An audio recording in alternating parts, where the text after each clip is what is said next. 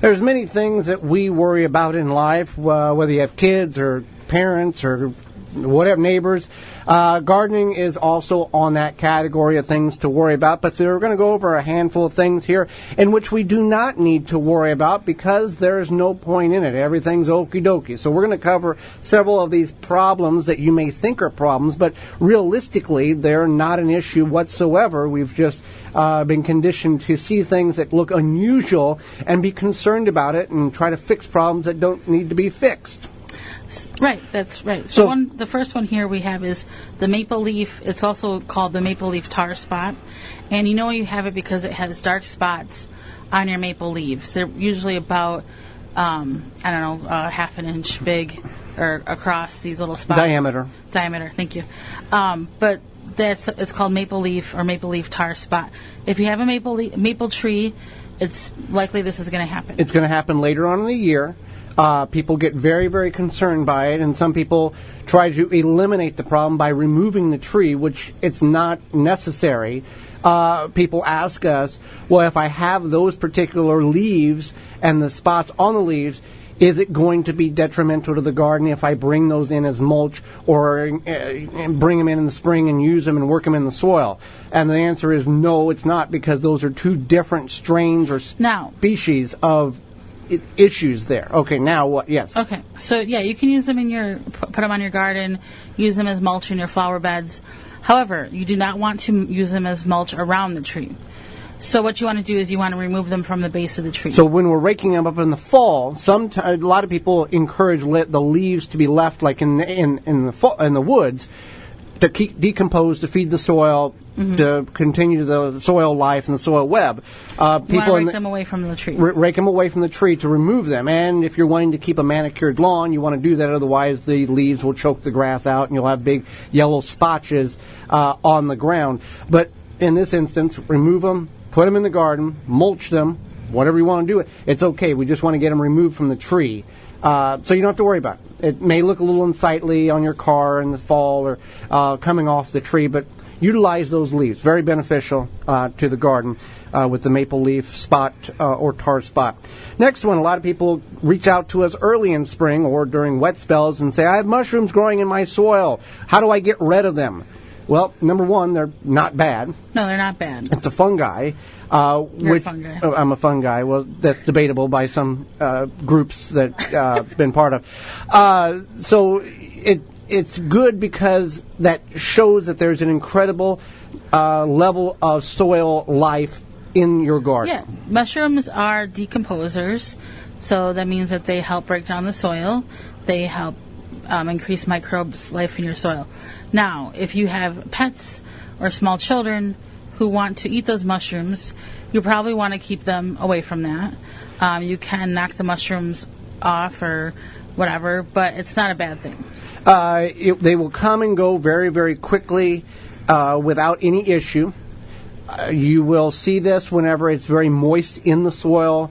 Kind of like sometimes it's under like a canopy of a tomato or a bush, vegetable of some sort. Don't worry about it. Totally fine. Let it be. It'll come, it'll go. Sometimes it'll come and go and you don't even know it happened because the lifespan of it is so short on it.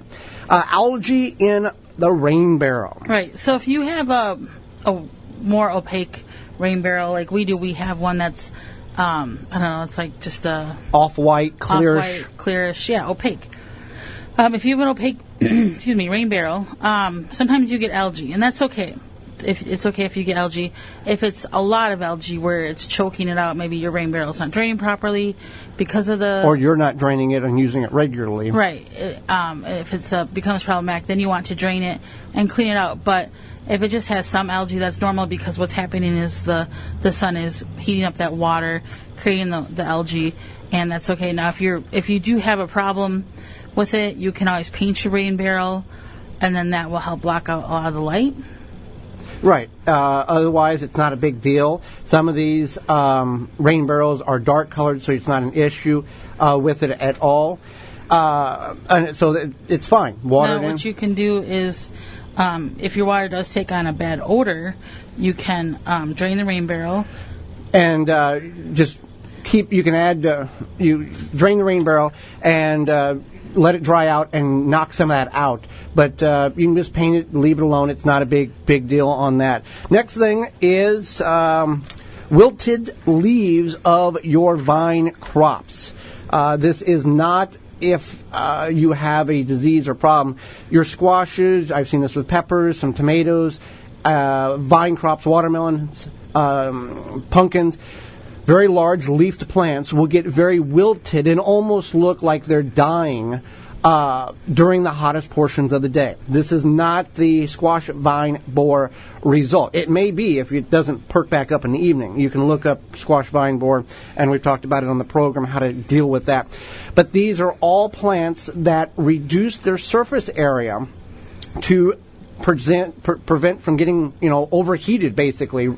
Less surface area, less evaporation of moisture from the plant. So you see the hottest portion of the day, they're all wilted, that's fine. If they don't perk up at night, water and or you have an issue with the squash vine borer. Another thing that we have that you will see or you may see or you have seen that can be very disturbing is a big pile of scum-like slime. It's called dog vomit slime. Yes, that's the actual name. I don't think it's a scientific name. The scientific name is Fuligo septica. Okay. And what it is it's basically a slime mold. It is part of natural. It's natural. It's not. It's a fungus type situation. It's a mold, and some people also call it scrambled egg slime. It is yellow. It's like yellowish. Yeah, yellowish. And if you don't know what it is, it will disturb you. Yeah. Because it comes real quick and then it disappears. And this will sometimes form on mulch, sometimes right on the soil itself. So if you see a big pile of this mushroom-like fungus pile, it's like yellowish color. Yeah. That's what it is. Also, if you've got a lot of rain, had a lot. Oh, go ahead. Yes. With that, what you want to do is, if you are concerned, if you feel like you have a lot, it's not harmful. It's not harmful to your soil. It's not harmful to you. Usually about 3 days, it's gone. Right. But if you are concerned, you have a problem with it, then you want to break it up and then let it dry out. So you kind of just want to break it up, and then that breaks up the spores a little bit, and then it'll dry out. Again, don't worry about it. Not a big deal. Another thing you shouldn't worry too much about is purslane in the garden. Now, what is purslane? So purslane is a weed. Some people do grow it on purpose. Yes, there are seeds. I believe M.I. Gardner has purslane seeds. And it's kind of a succulent-looking weed. It's kind of meaty, I guess you could explain it. It's pretty. Yeah, it's pretty, and we get it grows low to the soil. And when we get a lot of rain in the garden, it naturally comes up in our area and a lot of places throughout the country. It's beneficial if you want to eat your weeds. It doesn't have a horrible taste to it. It is high in omega fatty 3 acids. It's very good for that. So I've had to pull a tremendous amount out because of the wet spring, because it will get starting to choke out other plants. But if you see some of that, don't worry about it. You can certainly eat it. A proper identification is required for this. So that's another one. So it's high in omega-3 fatty acid, vitamin A, and vitamin C. So you can definitely eat it. Some people will actually add it to like stir fries, whatnot. Our niece and nephew like it. I don't mind some of it. It's just overconsumption of it can cause some issues. And another one is the last thing we shouldn't worry about or don't need to worry about because we can't do much about it is weeds to a certain degree. If we've got a tremendous amount of weeds.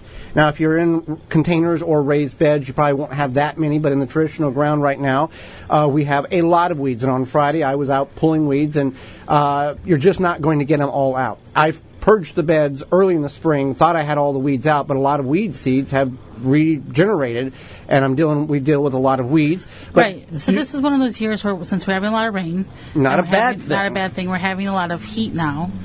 Your plants are going to start to do well, hopefully, but they should start to do well, which means also that this is good conditions for weeds. And weeds are a problem we all face. I get a lot of questions myself. People message me and say, what do I do about these weeds, blah, blah, blah. It is what it is kind of situation. Yes, you can help to control them. You're not going to completely eradicate them. Pull them from the roots if you can. Get them while they're early if you can. If you can't, wait until a soft rain has softened the soil and remove as many of the weeds, roots and all, and that will reduce the amount of problems that you have, and try to keep up on it. Now, if you have 300 or 400 or 500 square feet or 3,000 or 4,000 square feet, that's a little more difficult. We divide our garden up into raised berms, permanent grow areas, designated walk areas, to where we can go, okay, here's what I need to do, here's what I need to do, instead of having a very large palette of garden to go, okay, there's a lot here, how am I going to get this all done? Do a little, but do it often.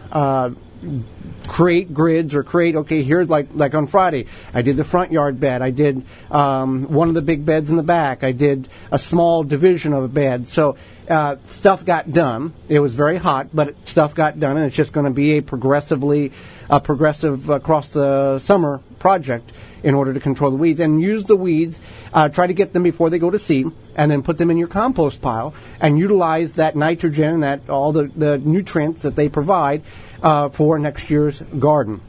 So that is just some of the different problems that you may think you have in your garden that you do not have to worry about in your garden, because there's nothing to be worried about. For more information, please visit thewisconsinvegetablegardener.com.